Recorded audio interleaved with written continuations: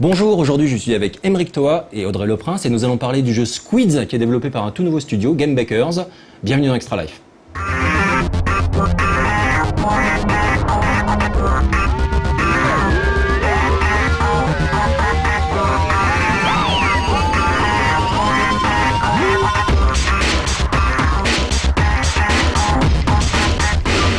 Gamebakers, donc c'est un studio qui a été créé il y a combien de temps exactement? Est-ce que vous pouvez nous parler un petit peu de la naissance du studio? Qui est, je crois, c'est un studio qui est à la fois situé sur Paris et à Montpellier, c'est compliqué?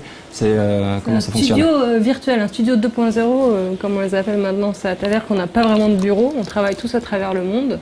Donc Aymeric et Florent, notre directeur technique, sont à Montpellier, moi je suis à Paris, notre directeur artistique est à Corbeil, on a notre ingénieur principal qui est à Montréal, et puis on a un ingénieur à Tours, on a eu des testeurs en Roumanie, des artistes à Tokyo, qu'est-ce que j'oublie, des gens en Chine qui nous ont aidés, donc c'était un petit peu à travers le monde. On discute beaucoup sur Skype et beaucoup d'outils de communication comme ça. Donc vous devez gérer le décalage horaire avec des conversations à travers un petit peu le monde, ça doit être compliqué. C'est pas très compliqué parce que généralement on arrive à se retrouver toujours à un moment où il y a les horaires des uns et des autres qui fonctionnent. Et en plus on a des outils assez sympas maintenant avec internet. Ce que disait Aymeric, c'est qu'on fait du Scrum, la méthodologie de développement Scrum, normalement c'est avec des post-it qu'on le fait dans les équipes, tout le monde met son post-it sur les tableaux. Nous on n'a pas coupé d'arbre pour faire Squids, on l'a fait avec des post-it virtuels en fait.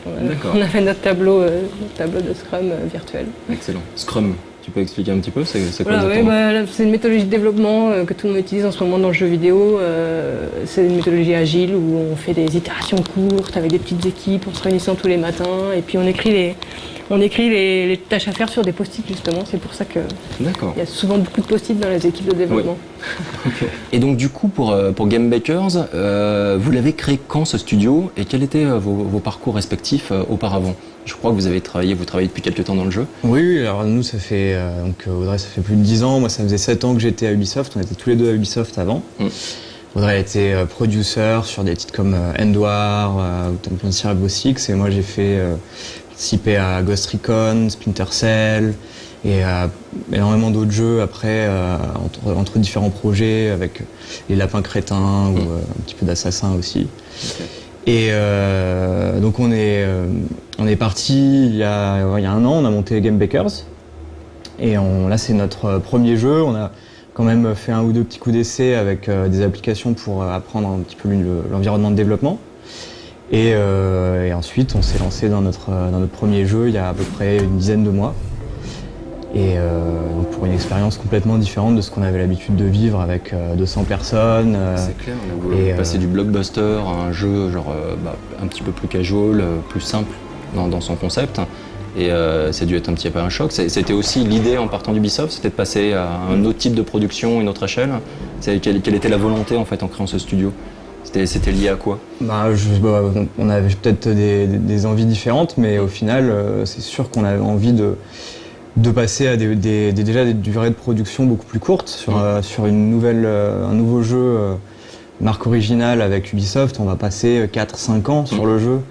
Donc c'est créativement c'est assez usant, c'est passionnant, mais c'est quand même fatigant. On va avoir énormément d'intervenants différents. Là, effectivement, on avait envie avec les plateformes mobiles, on voyait que c'était possible, la distribution digitale, de faire quelque chose qui allait être vraiment dans la qualité, mais pour autant avec des durées de production beaucoup plus courtes, en dessous d'un an. Une équipe, là, on est à peu près 5. Donc c'est une équipe qu'on connaît très bien, on se fait confiance, chacun apporte énormément. On est tous des gens qui ont un petit peu d'expérience, donc ça permet vraiment de savoir où on va sans trop refaire ou rattraper des erreurs sur le chemin.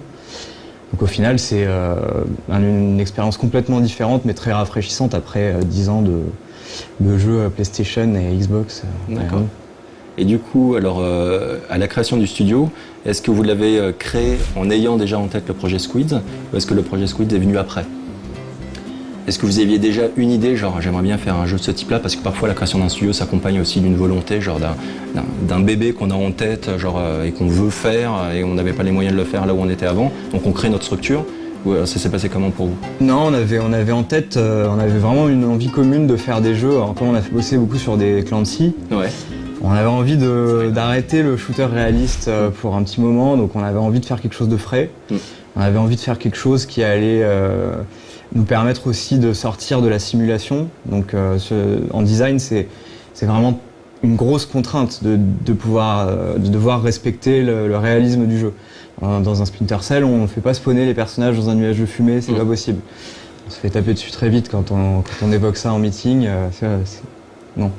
Et donc là, on avait envie d'aller vers quelque chose de beaucoup plus jeux vidéo, de beaucoup plus gameplay, à la fois arcade et des règles, des mécaniques qui parlent aux joueurs et qui vont pas essayer de représenter un univers réaliste. Ça, c'était un accord qu'on a eu quand on a monté le studio. On va vers quelque chose de frais, de beaucoup plus... beaucoup moins réaliste et les poulpes sont venus après coup pour deux raisons. Donc Squids met en avant des petits personnages qui sont des poulpes et une des raisons principales c'est la nature du personnage. Donc dans le jeu on contrôle les personnages en tirant sur leurs tentacules, on vise, on relâche et là ils se propulsent, ils vont se déplacer comme ça, ils vont faire des dégâts comme ça. Et c'était important pour moi d'avoir un contrôle qui soit lié à la nature du personnage même. Donc les tentacules, ça donne envie de tirer dessus, là, c'est assez intuitif, les enfants comprennent tout de suite, les adultes comprennent tout de suite, donc ça marche bien. Et l'autre chose, c'est tout simplement qu'on est passionné par ces créatures, autant Audrey que moi. C'est des créatures fascinantes qui ont avec les poulpes.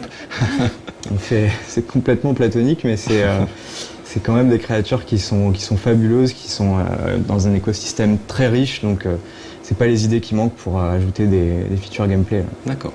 Alors pourquoi avoir décidé de développer ce premier jeu sur les plateformes iOS, donc sur des supports tactiles, et non pas par exemple sur le PSN, le Xbox Live? En fait, Vous avez hésité au début ou Je crois pas qu'on a hésité, non. Je crois qu'on avait vraiment très envie de travailler sur des plateformes touch, plateformes tactiles en fait. Et c'est même pour ça aussi qu'on s'est dit qu'on avait bien fait de partir d'Ubisoft avec le bagage qu'on a avec nous. Parce qu'en fait, quand on regarde un petit peu le jeu sur iPhone, quand on a créé Game Bakers il y a un an, mais c'est encore vrai aujourd'hui, on avait des jeux qui étaient vraiment très intéressants à jouer, avec des super mécaniques addictives, des Angry Birds ou des Doodle Jump, des choses comme ça. Mais au bout d'un moment, c'était des jeux qui, quand même, un petit peu pour les gamers qu'on était nous, manquaient de profondeur. Et on n'était pas tout à fait satisfait par l'offre de produits qu'il y avait sur l'iPhone et les plateformes mobiles en général. Donc on s'est dit que ça tombait bien parce que nous, ça faisait 10 ans qu'on faisait ça sur les consoles et qu'on avait appris à faire des jeux avec de la profondeur. Donc on a décidé de garder le meilleur du mobile, c'est-à-dire la simplicité des contrôles, le côté vraiment facile d'entrée pour tous les publics, et puis aussi l'addictivité si on peut, et de rajouter des couches de profondeur. Donc on rajoute de l'histoire, on rajoute du tactique, on rajoute du RPG. Ah, c'est vrai, quand tu décrivais tout à l'heure le mécanique de gameplay, on pense un petit peu à Angry Birds, mais c'est pas du tout un jeu d'action. C'est un jeu, enfin c'est à la fois un jeu d'action, mais avec un gros côté stratégique genre développé. Est-ce que vous pouvez parler un petit peu justement du gameplay lui-même et de ces couches de profondeur? C'est vrai que le contrôle fait penser à Angry Birds, mais parce que c'est pas un si mauvais exemple. Ah ouais, c'est clair, bien sûr. En fait, quand on se retrouve à réfléchir un peu aux plateformes tactiles, on se rend compte qu'il y a énormément de possibilités, mais assez peu de mécaniques qui offrent une profondeur dans le contrôle. Donc il y a ce qu'on a vu avec des jeux comme Flight Control où on va dessiner sur l'écran. Il va y avoir les Angry Birds où on va tirer et avoir un contrôle de précision, c'est très intéressant. Et ensuite il y a tous les jeux qui vont essayer d'imiter les pads avec des pads virtuels, mais c'était pas vraiment l'envie que j'avais parce que c'est quand même des mécaniques qui sont moins profondes. Donc on a repris le Angry Birds, mais moi je dis souvent que Squid c'est Angry Birds meets Worms ou meets Final Fantasy Tactics, parce que on voulait pas s'arrêter là, c'est ce que disait Audrey, on était très attirés par tous ces petits jeux qui nous plaisaient, qui nous occupaient pendant 1 heure, 2 heures, et ensuite on télécharge un autre et on n'est pas accroché en tant que joueur à un univers, à des personnages, à un investissement dans la création d'une équipe. Donc dans Squids, on joue une équipe de Squids, c'est un jeu au tour par tour. team-based, avec donc une équipe de personnages, comme dans un FF Tactics, comme dans un Shining Force pour les gamers qui nous regardent sûrement et qui sauront de quoi je parle. Et donc on contrôle des personnages qui ont différentes classes. Il va y avoir des healers, il va y avoir des troopers qui font des ondes de choc au sol, des tireurs à distance, des scouts qui vont avoir une mobilité plus grande et capacité de faire des combos.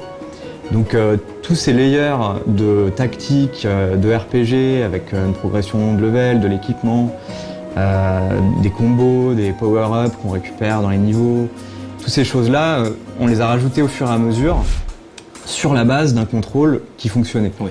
Donc on a testé les contrôles au début, on a fait un mode multijoueur qu'on jouait nous, entre nous, pour vérifier que rien que comme ça, on avait un bon jeu iOS ou Android. C'est la base, il faut que ce soit agréable au niveau des mécaniques. Donc il fallait que ce soit agréable, il fallait que ce soit fun.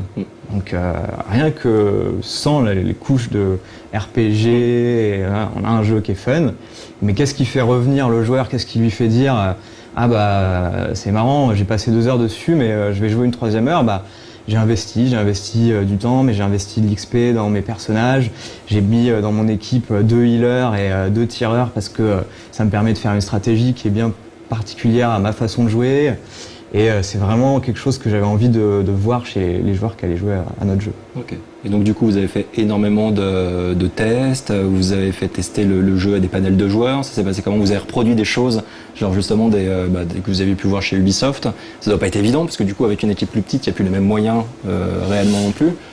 Donc ça s'est passé comment? On a fait beaucoup de tests. En fait, c'est l'expérience Ubisoft, ça a été extrêmement importante pour moi. Moi, j'ai commencé par là, en fait, par le test auprès des consommateurs. Pas le test technique, mais auprès des consommateurs. Donc c'est quelque chose que je connais depuis 10 ans. Je faisais même ça avant sur du web. Et donc là, c'est quelque chose qu'on a fait, je dirais, à partir de 1 mois et demi de développement. On a fait ça tout de suite. Alors on a fait ça avec soit des proches. Au début, on prend des proches parce que c'est le plus facile. Après, on a recruté des gens qui correspondaient à nos joueurs. Donc on va prendre des étudiants, on va prendre des gens qui gravitent un peu dans notre réseau Facebook ou autre. Et puis on a fini par un bêta-test. Alors là, c'était un bêta-test. On avait 150 joueurs sur la planète, recrutés aussi par réseau, mais avec des gens qu'on ne connaissait pas. Et des retours très intéressants, des outils pour prendre des statistiques et améliorer le jeu encore et encore. D'accord. Et du coup, est-ce que c'est très compliqué de développer un jeu sur plateforme iOS, sachant qu'il arrive aussi sur PC, Mac et Android? Est-ce que c'est compliqué ou pas du tout? Techniquement, il n'y a pas beaucoup de challenge. Après, c'est comme dans tous les développements, il faut tirer le meilleur parti de la plateforme sur laquelle on travaille. Il faut faire attention à la mémoire, il faut faire attention à toutes ces choses-là. Mais il n'y a pas de challenge technique, c'est plus un challenge de design, quoi. Ouais. Ça, c'est sur toutes les plateformes. Challenge de design et challenge de moyens. C'est que sur un Clancy, on va avoir beaucoup de moyens et on va attendre beaucoup de features. On va attendre beaucoup une quantité de contenu et une qualité de contenu qui est énorme. Là, on est 5, donc pour arriver à délivrer une qualité et une quantité, c'est un challenge en tant que tel. C'est qu'il faut que chacun soit très efficace et qu'on tourne en rond pendant quelques mois, ça c'est pas permis. Il y a un truc qui est très important aussi pour tout ce qui est ces jeux qu'on télécharge et qui doivent accrocher assez rapidement, c'est l'ADA. Donc la direction artistique du jeu. Donc c'est vrai que là le jeu, il y a un petit côté manga, il est vraiment très beau.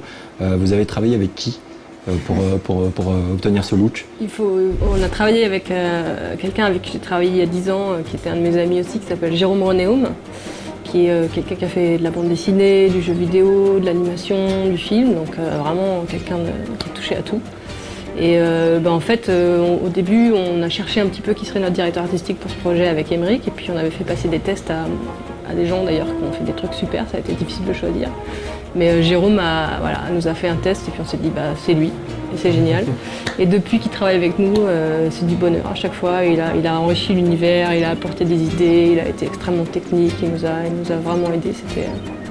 Est-ce que vous avez fait des modifications pour faire en sorte que le jeu touche un petit peu tous les pays? Je sais qu'il y a des petites choses à pas faire pour le Japon, pour les États-Unis, etc. Est-ce que vous avez dû jouer un petit peu avec ça, faire en sorte que le caractère design, par exemple, des poulpes, soit séduisant un peu partout à travers le monde?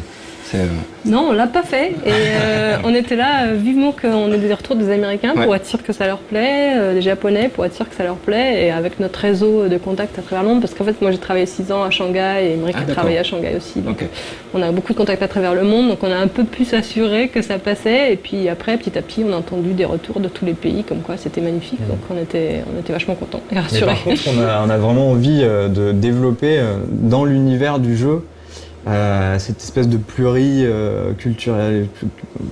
multiculturalité. Ouais. C'est-à-dire qu'en fait, les poulpes, ils ont leur royaume, ils occupent différents royaumes. Et chaque royaume a une thématique. Donc on commence dans le jeu dans un univers très tropical, très hawaïen, très coloré, chaleureux. Puis petit à petit, on va voyager, on va aller vers la mythologie grecque. Donc ça, c'est dans le premier chapitre du jeu et c'est ce qu'on voit. Et là, on est en train de développer l'univers un peu western, l'univers un peu Japon. Et donc, dans chaque univers, on va recruter dans l'équipe de poules parce qu'on construit un peu une équipe et une armée de poules pour repousser la menace qui règne sur leur univers. Et donc, on recrute dans l'univers grec des gladiateurs poulpes, dans l'univers japonais, des samouraïs. Donc il y a eu un énorme travail de character design en fait. Il y a plein d'itérations différentes au niveau des personnages, en fonction des environnements. Il y a combien de persos en tout, du coup, dans le jeu? Alors là, actuellement, on recrute jusqu'à 8 poulpes dans le premier chapitre. Et on va essayer d'en développer. Dans les updates, on a des nouveaux personnages qui arrivent. On va essayer d'être dans un ordre de grandeur, pas Pokémon. On ne sera pas sur du 250 parce qu'on essaie de les faire très uniques, très personnalisés. Donc chaque personnage a une backstory, a une caractéristique. On essaie de faire en sorte que dans leurs statistiques, mais aussi dans leur capacité, dans leur classe, ils soient différents. Donc qu'il y ait vraiment un choix pour le joueur quand il décide de faire une mission ou même dans sa stratégie de se dire ce personnage-là, ça me convient et je l'ai maxé, je vais y aller avec lui. Et puis, il y a un attachement en fait qui doit se créer. Il y a un attachement qui se crée, donc on va sans doute ajouter 4-5 personnages par royaume et arriver à 30-40. D'accord. Et donc du coup, quand vous parlez d'upgrades, ce seront des upgrades payants, ça va se passer comment exactement ? Ça c'est l'avenir qui va le dire parce que ça dépend pas mal du succès du jeu. Pour l'instant, on pense faire des updates gratuites sur la première version, ça c'est sûr. Après, comme tu disais, le jeu est visuellement assez réussi. En tout cas, on est très fiers de la direction artistique. Donc c'est aussi un compromis avec le poids du jeu. C'est un jeu qui a beaucoup de contenu, c'est un jeu qui est joli. Et qui pourrait se comparer à un bon jeu de Nintendo DS par exemple. Donc sur ces plateformes-là, c'est quand même très rare. Donc ça veut dire que c'est un poids pour l'app qui est assez fort. Donc si on fait un chapitre complet, ça sera probablement un nouveau jeu. Et donc du coup, il y a énormément également de studios en France, sur Paris, un peu partout, qui se lancent dans le développement de jeux sur mobile, en particulier sur les plateformes Android, Windows Phone, iOS. Et est-ce que vous avez des contacts avec ces gens-là? Est-ce que vous échangez? Est-ce qu'il y a une sorte de communauté réellement qui existe? Et est-ce que c'est vraiment c'est une voie de développement intéressante? C'est-à-dire qu'on peut en vivre en fait de jeux, parce que bon, on a des exemples évidemment, les gens qui ont fait Angry Birds se portent très bien, mais il y en a pas beaucoup d'Angry Birds non plus, des jeux qui cartonnent à ce point-là. Est-ce qu'il y a une communauté? Oui, et ça c'est vraiment un des plaisirs aussi d'être revenu travailler en France après nos années à Shanghai et à travers le monde, parce qu'il y a vraiment beaucoup de gens en France qui sont là, qui sont prêts à nous aider, à nous filer des coups de main. Il y a des studios à Paris, mais même à Montpellier ou Émeric. Il y a vraiment une émulation avec des équipes comme Pixelair ou Capital Games ou des gens comme ça qui essayent justement de fédérer en fait les studios pour qu'il y ait une entraide qui se crée. Donc ça c'est bien, c'est sympa. Maintenant, est-ce qu'on peut vivre en faisant uniquement des jeux iOS aujourd'hui parce qu'effectivement la porte d'entrée semble facile, on se dit c'est pas très compliqué, je vais faire mon jeu iOS. Ça c'est une autre question. Donc la réponse à ça c'est il faut vraiment faire des très très bons jeux pour sortir du lot, parce qu'aujourd'hui tout le monde est sur iOS, tous les gros éditeurs y sont, toutes les grosses marques y sont, c'est de pire en pire. Ce qu'on voit, les Sega, les 2K Games, là il y a FIFA, PES, NBA, Final Fantasy, il y a tous les gros titres qui sortent, donc c'est vrai qu'il y a un petit peu, ça s'est passé également de la même façon pour les PSN de l'XBLA. Il y avait beaucoup de productions indé, soudainement les gros ont débarqué avec des moyens conséquents et parfois des petites exclus, enfin des choses qui se négocient. Donc vous n'avez pas peur qu'à un moment donné, il y a aussi un engorgement, est-ce que genre ne serait-ce que sur les plateformes iOS, donc je regarde de temps en temps, il y a une quantité de titres qui sortent genre régulièrement, toutes les semaines, mais énorme. Donc comment vous faites au niveau de la com, au niveau de... Comment faire pour se démarquer en fait et se faire connaître? La démarcation, c'est la qualité, c'est-à-dire qu'il n'y a pas le choix. C'est ce qu'on t'expliquait, nous on fait du AAA sur mobile, quoi. Et aussi, ce que t'expliquait Émeric tout à l'heure, peut-être tu veux reparler un petit peu, c'est vraiment le style de jeu qu'on offre qui est différent, qui va répondre à des attentes d'un gamer différent en fait. Ouais, pour nous, c'était la stratégie de base. Quand on est parti d'Ubisoft, on savait déjà qu'il y avait énormément d'indés, qu'il y avait énormément de bons indés qui font des bons jeux. Et le gros enjeu pour nous, c'était faire un jeu qui, d'une part, parle à des joueurs qui ne sont pas encore satisfaits sur iPhone parce que bon, ils ont leur petite dose, mais ils aimeraient bien quelque chose qui ressemble un peu plus à leur expérience console. Et d'autre part, c'était une quantité, une qualité de contenu qui puisse pas être imitée par personne d'autre, à part peut-être, oui, des gros publishers qui vont se baser sur leur marque, mais c'est eux qu'on va essayer d'attaquer et créer un univers, créer quelque chose. Et on s'est dit, on va pas tenter le jackpot, on va pas tenter Angry Birds, parce qu'il y en a tous les jours des jeux qui sont aussi bons qu'Angry Birds et qui, pour une raison que moi-même je m'explique pas, n'ont pas le même succès. Donc on va tenter de faire ce qu'on pourrait appeler un Super Nintendo, mais à la mode 2011, un jeu qui a le même type de contenu et qui va être tellement bien qu'il sera peut-être pas un jeu à 350 millions comme Angry Birds, mais un jeu qui va plaire à 2 millions de joueurs et ça sera très très bien pour nous. Ok. Merci beaucoup. Et puis j'ai une dernière question. Vu que le jeu est très très beau, est-ce que vous avez prévu de faire des choses sur d'autres médias? Alors je sais pas, genre par exemple sortir une BD, il y a plein de possibilités. Ouais, donc, on est en train de commencer à parler avec des gens pour faire une série télé, une BD, et évidemment on attend tous la peluche poulpe, Carrément. la peluche squid. D'accord. Merci beaucoup. Merci d'avoir accepté de participer à cette émission. On vous souhaite bien du courage. J'espère que le jeu va cartonner. Et puis on se retrouve très bientôt pour un prochain Extra Life.